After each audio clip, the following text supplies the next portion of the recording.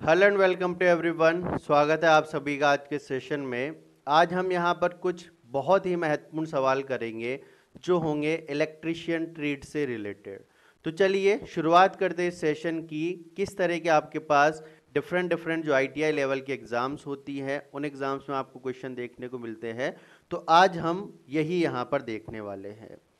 पहला सवाल देखिए आपके सामने है। इसमें बोला गया है श्रेणी सी के अग्निशामक यंत्र किस प्रकार की आग को बुझाने के काम आते हैं। देखिए बहुत सारी श्रेणियों के हमारे पास अग्निशामक यंत्र होते हैं। श्रेणी ए, श्रेणी बी, श्रेणी सी और भी काफ़ी सारे हमारे पास होते हैं। तो इसके अंदर आपसे पूछा गया है कि भाई ये जो श्रेणी सी के होते हैं ये किस तरह की आग को बुझाने के काम हमारे आते हैं।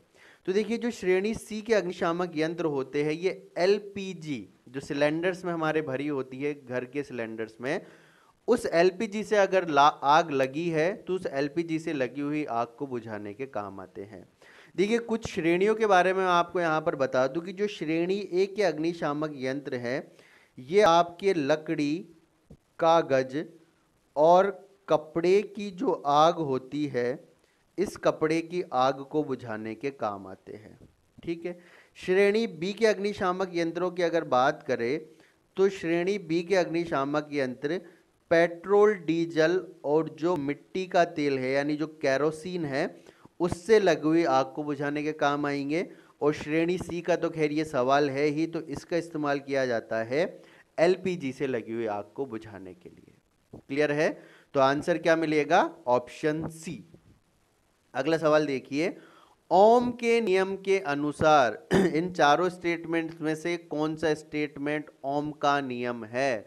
देखो ये सबसे बेसिक चीज है इलेक्ट्रिकल इंजीनियरिंग की, जो इलेक्ट्रिकल के अंदर डिप्लोमा करते हैं, आईटीआई करते हैं, ये सबसे बेसिक चीज आती है। यहीं से मैक्सिमम आपके सवाल बनते हैं। तो इसका क्या फॉर्मूला होता है हमारे पास? V is proportional to I या V is equal to I into R. लेकिन यहां पर देखो क्या है कि थोड़ा सा डिफरेंट तरीके से ये दे रखा है। तो देखो R अगर मैं निकालूंगा तो R किसके बराबर आएगा? V अपॉन I के। और V अपॉन I कहां पर है हमारे पास? ऑप्शन सी में। तो आंसर क्या मिलेगा? Option C. अगला क्वेश्चन देखिए, सोल्डरिंग की आयरन बिट किस धातु की बनी हुई होती है, ये हमसे यहाँ पर पूछा गया है। देखिए भाई हम सोल्डरिंग करते हैं, सोल्डरिंग की जो आयरन बिट है वो कौन सी धातु की बनी होती है? तो जो सोल्डरिंग की आयरन बिट है वो बनी होती है तांबा यानी कॉपर की, हमारे पास आयरन बिट यहाँ पर बनी होती है सोल्डरिंग की। अब एक ये सवाल आ जाता है कई बार कि भाई सोल्डरिंग की जो आयरन बिट है इसको हम तांबे यानी कॉपर की ही हम क्यों बनाते हैं? देखिए कुछ एक रीजन होते हैं। हम क्या चाहते हैं कि सोल्डरिंग की जो आयरन बिट है वो आपके थोड़े जल्दी गर्म हो जाए और उसमें हीट ट्रांसफर की कैपेसिटी थोड़ी अच्छी होनी चाहिए।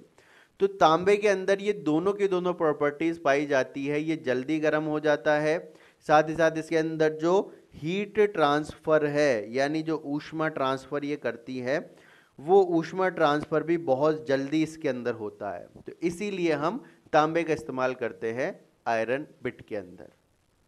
अगला सवाल देखिए, एमसीबी का पूरा नाम है। एमसीबी जो घरों में हम लगाते हैं सुरक्षा के रूप में, एक सुरक्षा युक्ति के रूप में जो हम एमसीबी लगाते हैं घरों के अंदर, उसका फुल नेम क्या है? उसका फुल नेम होता है मिनिएचर सर्किट ब्रेकर। तो आंसर क्या होगा? Option C. देखिए एमसीबी के बारे में एक और सवाल आ जाता है आपके पास। एमसीबी में एक पत्ती लगी होती है, उस पत्ती का क्या नाम होता है? वो आपके पास होती है एक बाई मेटालिक स्ट्रिप यानी द्विधात्विक पत्ती लगी होती है। वो दो अलग अलग ऊष्मा प्रसार गुणांक की धातुओं की बनी होती है। तो जैसे ही करंट फ्लो होगी, हीट जनरेट होगी वहां पर, तो वो पत्ती मुड़ जाती है, फिर जब वापस से वो ठंडी होती तो अपनी पुरानी पोजीशन में आ जाती है। तो इस तरह से आपकी एमसीबी पूरी की तरह काम करती। तो यहाँ पर अभी हमसे केवल नाम यहाँ पर पूछा गया है। तो नाम क्या होता है इसका? Miniature circuit breaker. अगले सवाल देखिए, अगले सवाल में आपसे पूछा है यूरेका तार, एक यूरेका वायर हमारे पास आता है। तो एक्चुअल में ये अलॉय होता है, किसमें? दो डिफरेंट तरह की धातुओं से ये मिलके बना होता है। तो कौन कौन सी इसके अंदर धातुएं होती है पहली बात तो, और कौन सी धातु कितने प्रतिशत मात्रा में होती है ये हमसे यहाँ पर पूछा है। तांबा निकल, तांबा स्टील, नाइक्रोम निकल या फिर स्टील और तांबा।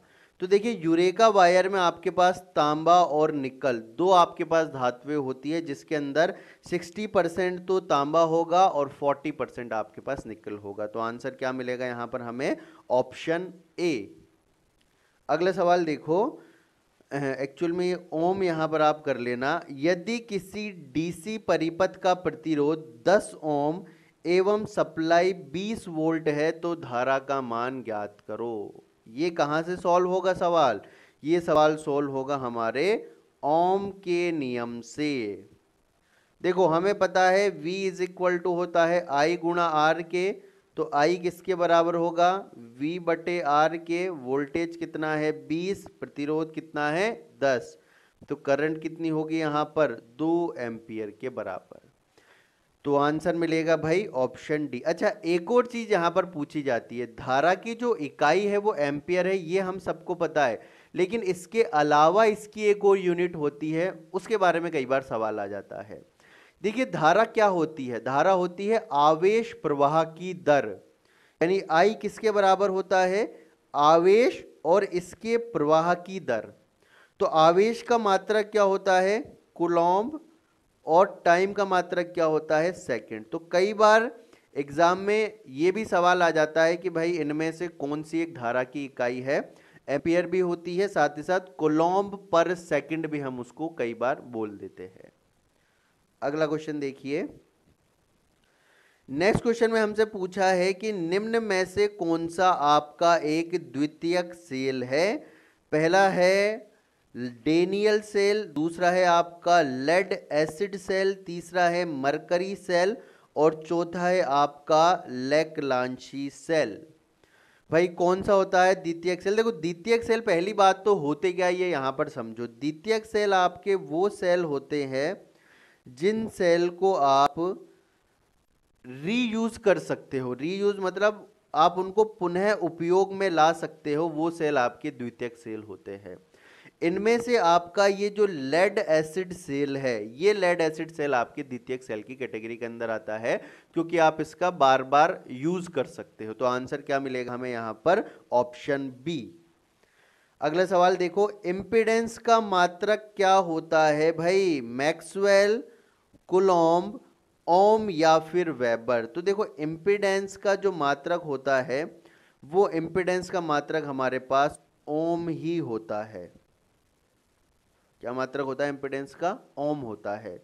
और इस इंपिडेंस को हम किससे रिप्रेजेंट करते हैं? इसको हम रिप्रेजेंट करते हैं Z से। देखो एक आपके पास नॉर्मल प्रतिरोध है, वो आपके ओम उसका मात्रक हो जाएगा। एक आपके पास होता है इंडक्टर यानी कुंडली, कुंडली का मात्रक क्या होता है? हेनरी। एक आपके पास होता है कैपेसिटर यानी संधारित्र, उसका मात्रक क्या होता है? फैराड। अगर किसी सर्किट के अंदर ये तीनों की तीनों चीजें आ गई तो उस सर्किट का जो कंप्लीट अब हम एनालिसिस करेंगे उसमें हम उसका इंपिडेंस देखते हैं, प्रतिबाधा जिसे हम हिंदी में बोलते हैं। तो उस प्रतिबाधा का जो मात्रक होगा वो मात्रक आपके ओम ही होगा। तो आंसर क्या मिलेगा हमें यहां पर? ऑप्शन सी यानी ओम। अगला सवाल देखिए, नेक्स्ट क्वेश्चन में आपसे पूछा गया है बैटरी का आपेक्षित घनत्व किससे मापा जाता है? इनमें से आपके पास ऐसा कौन सा मीटर है जिसकी मदद से आप बैटरी का अपेक्षित घनत्व मापेंगे? मल्टीमीटर। देखो मल्टीमीटर तो हो नहीं सकता क्योंकि ये तो करंट, वोल्टेज और प्रतिरोध ये सारी चीजें मापने के काम आता है। हाइड्रोमीटर यहाँ पे हमारा आंसर होगा। हाइड्रोमीटर की मदद से हम अपनी बैटरी का आपेक्षिक घनत्व मापते हैं। लैक्टोमीटर किसके मापने के काम आता है? दूध के मापने में काम आता है। दूध की शुद्धता मापने के लिए हम लैक्टोमीटर का यूज करते हैं। वायर गेज, वायर गेज क्या होता है कि कोई भी आपके पास वायर है तो उस वायर की मोटाई मापने के लिए आप अपने वायर गेज को यूज में लेते हो। तो बैटरी का अपेक्षित घनत्व किससे मापेंगे? हाइड्रोमीटर से।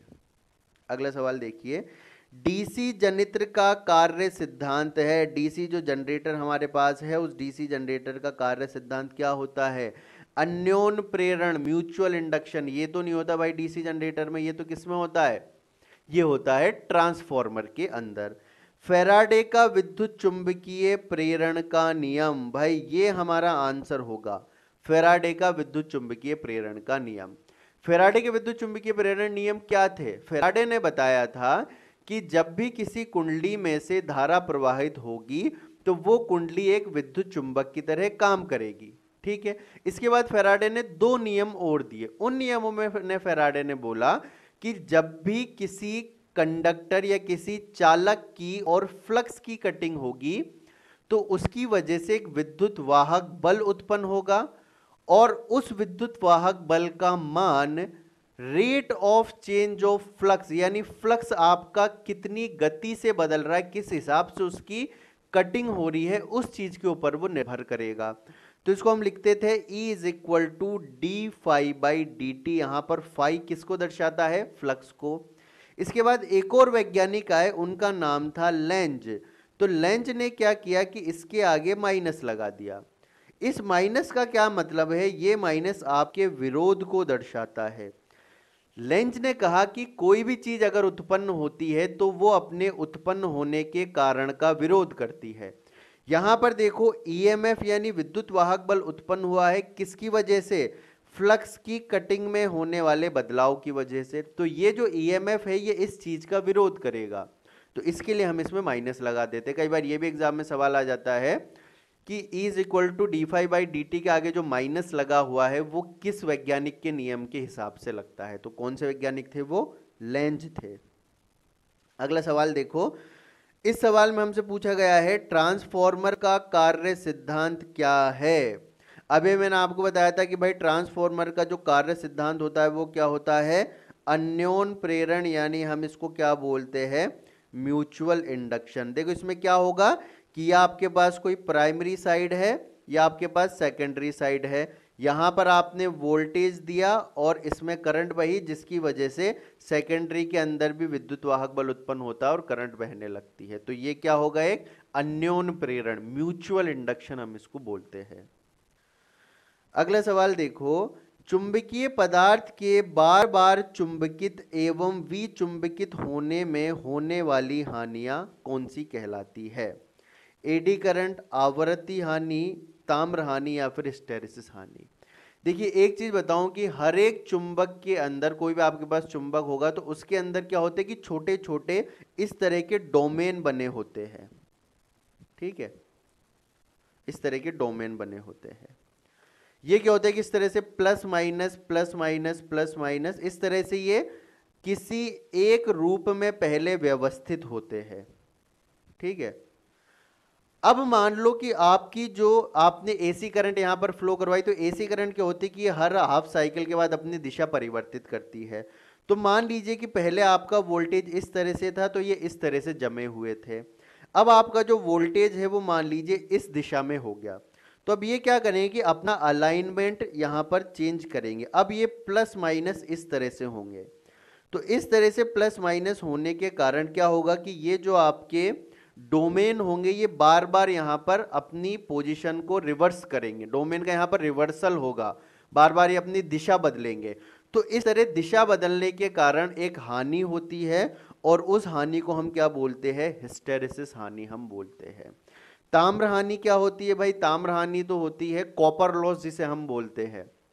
यह आपके होती है आई स्क्वायर आर प्रकार की हानियां, करंट के बहने की वजह से जो होने वाली हानियां हैं। करंट के बहने की वजह से प्रतिरोध होगा और प्रतिरोध की वजह से जो हानि होगी वो क्या होगी? आपकी ताम्र हानि। एडी करंट हानि तो क्या होती है कि कोर में जब करंट फ्लो होता है तो उस कोर में करंट फ्लो होने के कारण जो होने वाली हानि है वो आपकी एडी करंट। पर बार बार चुंबकित और विचुंबकित होने की वजह से होने वाली हानियां क्या होती है? आपकी हिस्टैरिसीस हानियां। अगला सवाल देखो, किस मोटर का स्टार्टिंग टॉर्क मतलब प्रारंभिक टॉर्क सर्वाधिक होता है? ये हमसे बोला गया है। डीसी सीरीज, शंट या फिर कंपाउंड या फिर सभी मोटर का। देखो किस मोटर का स्टार्टिंग टॉर्क सबसे ज्यादा होता है? ये अगर मैं बात करूं तो जो टॉर्क होता है डीसी मोटर में आपने देखा होगा ये प्रोपोर्शनल टू होता है फाई गुणा आई ए के।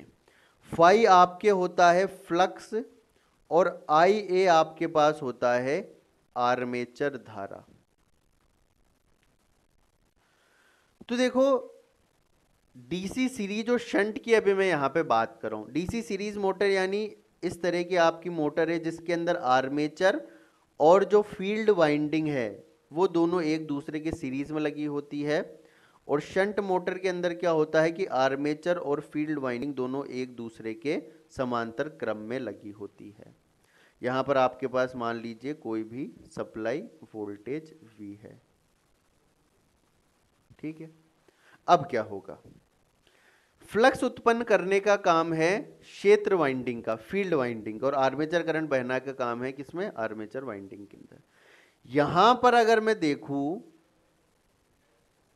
यहां पर देखिए, तो यहां पर क्या होगा, यहां पर देखो एक चीज होगी कि डीसी सीरीज मोटर के अंदर अगर मैं बात करूं तो डीसी सीरीज मोटर में क्या है कि जितनी धारा आर्मेचर से प्रवाहित होती है उतनी ही धारा फील्ड वाइंडिंग से प्रवाहित होगी। मतलब मैं क्या कह सकता हूं कि जैसे जैसे हम आर्मेचर की धारा को बढ़ाएंगे वैसे वैसे फील्ड की धारा बढ़ेगी और उसकी वजह से आपके फील्ड का फ्लक्स यहां पर बढ़ेगा। तो हम यहां पर देखिए क्या कह सकते हैं कि जो फ्लक्स है फाई, वो फाई किसके प्रोपोर्शनल होगा, आर्मेचर धारा यानी आई ए के। समझ आ रही बात, क्योंकि भाई यहां पर आर्मेचर धारा इस सीरीज की धारा दोनों बराबर है तो फ्लक्स आर्मेचर धारा के समानुपाती होगा। तो यहां से मैं क्या लिख सकता हूं कि T इज प्रोपोर्शनल टू आई ए गुणा आई ए, यानी T किसके समानुपाती में लिख सकता हूं, आई ए स्क्वायर के। जबकि आप यहां पर देखेंगे तो इसका जो प्रतिरोध होता है, इसकी जो फील्ड वाइंडिंग ये बहुत ज्यादा होता है, तो इसके अंदर ये जो फ्लक्स होगा ये बहुत कम होता है। शंट के अंदर फ्लक्स मतलब ठीक ठाक लेवल का होता है, ज्यादा इसके अंदर फ्लक्स नहीं होता। तो इसके अंदर आपका टॉर्क केवल आई ए के समानुपाती होता है, जबकि इसमें आई ए स्क्वायर के समानुपाती होता है, ठीक है। और ये देखो एक सैचुरेशन लेवल तक होता है, मतलब स्टार्टिंग में अगर बात करें तो स्टार्टिंग में आई ए स्क्वायर के समानुपाती होगा। तो अब मुझे देख के बताओ कि भाई किस में ज्यादा होगा। यहां पर सिंपल सी एक बात मुझे समझ में आ रही है कि ये ज्यादा होगा आपकी डीसी सीरीज मोटर के अंदर। आंसर क्या होगा, ऑप्शन ए। अगला सवाल देखो, अगले सवाल में पूछा है कि डीसी जनरेटर में कार्बन ब्रशेस किसके बने होते हैं। तो भाई डीसी जनरेटर में जो कार्बन ब्रश होते हैं ये आपके, सॉरी, डीसी जनरेटर में ब्रश किसके बने होते हैं, वो मैंने पहले ही बोल दिया। तो डीसी जनरेटर में जो ब्रश बने होंगे वो ब्रश किसके बने होते हैं, कार्बन के यहाँ पर बने होंगे। तो आंसर क्या मिलेगा आपको, ऑप्शन ए कार्बन। अगला सवाल देखिए, इस सवाल में आपसे पूछा गया है कि ट्रांसफॉर्मर में इनपुट सप्लाई से संयोजित वाइंडिंग होती है। भाई ट्रांसफॉर्मर में हमको पता है कि दो वाइंडिंग होती है, एक होती है आपकी प्राइमरी और एक होती है आपकी सेकेंडरी। तो प्राइमरी वाइंडिंग को आप क्या करते हो कि आपकी जो इनपुट सप्लाई है उससे आप कनेक्ट करते हो, और सेकेंडरी को आप किससे कनेक्ट करते हो, लोड से, ठीक है। तो आंसर क्या होगा यहाँ पर, प्राइमरी। इनपुट सप्लाई से कौन संयोजित होगी, आपकी primary winding. Press the bell icon to never miss a video from theory to practical.